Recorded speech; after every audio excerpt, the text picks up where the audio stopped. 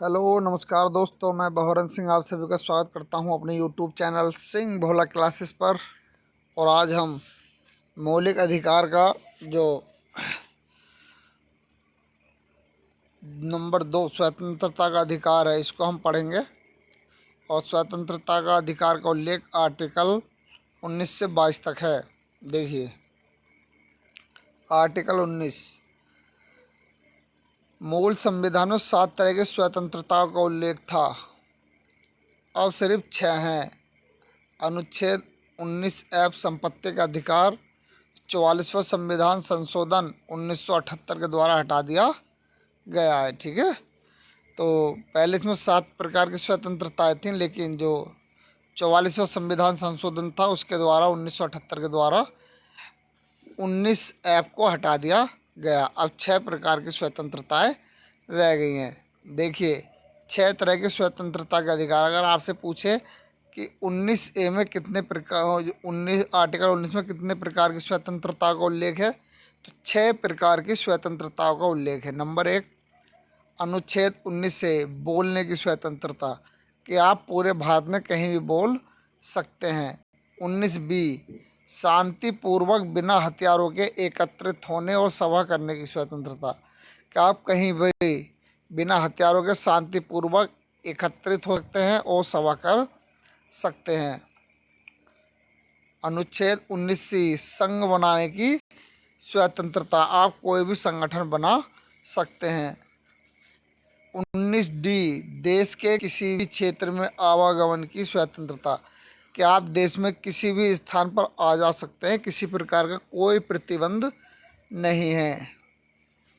अनुच्छेद 19E, देश के किसी भी क्षेत्र में निवास करने और बसने की स्वतंत्रता, कि आप पूरे भारत में कहीं भी निवास कर सकते हैं और आप कहीं पर भी रह सकते हैं, जम्मू कश्मीर को छोड़कर। लेकिन अब जम्मू कश्मीर भी आ गया, आप जम्मू कश्मीर में आप बस सकते हैं।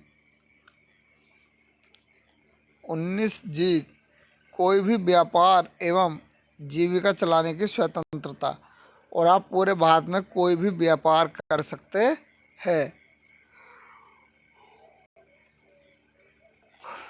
नोट, प्रेस की आज़ादी का वर्णन, जो हमारे देश में प्रेस है, इसकी आज़ादी का वर्णन 19A में ही है, ये भी याद रखिए। पूछा जाता है कि प्रेस की आज़ादी का वर्णन किस आर्टिकल में है, तो 19A में ही है। अब देखो, अनुच्छेद 20, अपराधों के लिए दोष सिद्धि के संबंध में संरक्षण, इसके तहत 3 प्रकार की स्वतंत्रताओं का वर्णन है। देखिए, जो आर्टिकल 20 कहता है, अगर आप पर कोई दोष सिद्ध हो जाता है तो उसके संबंध में क्या रक्षण है। इसमें 3 प्रकार की स्वतंत्रता है। पहला, किसी भी व्यक्ति को एक अपराध के लिए सिर्फ एक बार सजा मिलेगी, कि अगर आपने कोई अपराध किया है तो उसके लिए सिर्फ एक ही सजा आपको मिलेगी। नंबर 2, अपराध करने के समय जो कानून है उसी के तहत सजा मिलेगी, ना कि पहले और ना बाद में बनने वाले कानून के तहत। और जो सजा मिलेगी, जिस समय आपने जो अपराध किया उस समय जो कानून है उसी के तहत मिलेगी, ना पहले ना बाद वाले कानून से। और किसी भी व्यक्ति को स्वयं के विरुद्ध न्यायालय में गवाही देने के लिए बाध्य नहीं किया जाएगा। ये भी इसमें तीसरा पॉइंट है कि किसी भी व्यक्ति को अपने खिलाफ गवाही देने के लिए बाध्य नहीं किया जाएगा।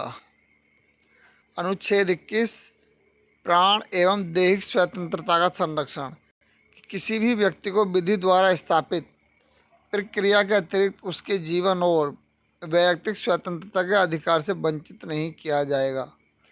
सीधी सी बात है कि किसी भी व्यक्ति को विधि द्वारा स्थापित प्रक्रिया के अतिरिक्त जो कानून है उसके तहत उसको सजा मिलती है, उसके अलावा किसी को भी किसी व्यक्ति के प्राण लेने की स्वतंत्रता नहीं है या शरीर छीनने की स्वतंत्रता नहीं है।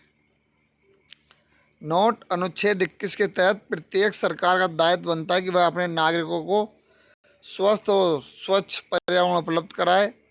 इसके लिए भारत सरकार ने संसद में राष्ट्रीय हरित न्यायाधिकरण अधिनियम 2010 पारित किया।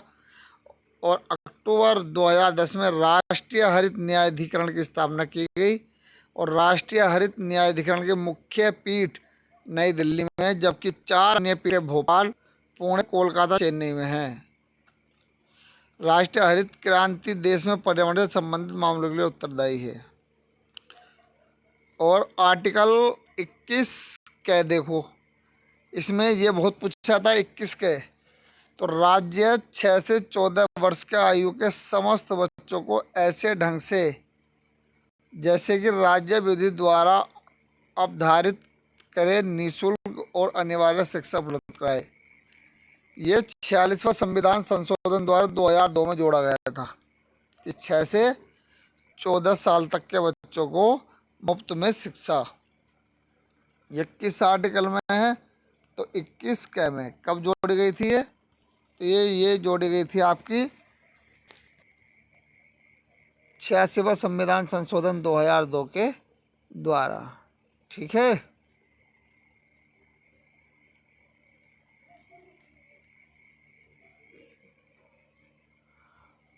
अनुच्छेद 22, इसमें कुछ दिशाओं में गिरफ्तारी निरोध में संरक्षण। अगर आपकी कहीं गिरफ्तारी हो जाती है तो इसमें संरक्षण। अगर किसी व्यक्ति को मन माने ढंग से हिरासत में ले लिया गया हो तो उसे 3 प्रकार की स्वतंत्रताएं प्रदान की गई हैं। पहला, हिरासत में लेने का कारण बताना होगा कि आप हिरासत में किसी व्यक्ति को क्यों ले रहे हैं। अगर कोई पुलिस वाला आता है और आपको गिरफ्तार करे तो आप पूछ सकते हैं उससे कि आप हमको हिरासत में क्यों ले रहे हैं, कारण बताओ।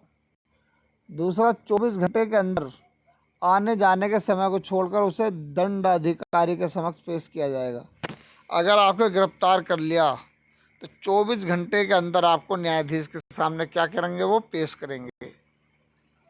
और तीसरा, उसे अपने पसंद के वकील से सलाह लेने का भी अधिकार होगा। ठीक है।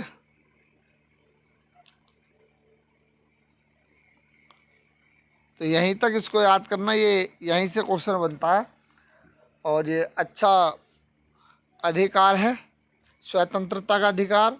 तो इसको आप पढ़ेंगे, यहाँ से क्वेश्चन बनता है स्वतंत्रता के अधिकार से। इसका उल्लेख 19 से 22 आर्टिकल तक है जो मैंने आपको बता दिए और इसको आप अच्छे से देख लेंगे, नोट्स बना लेंगे। नमस्कार।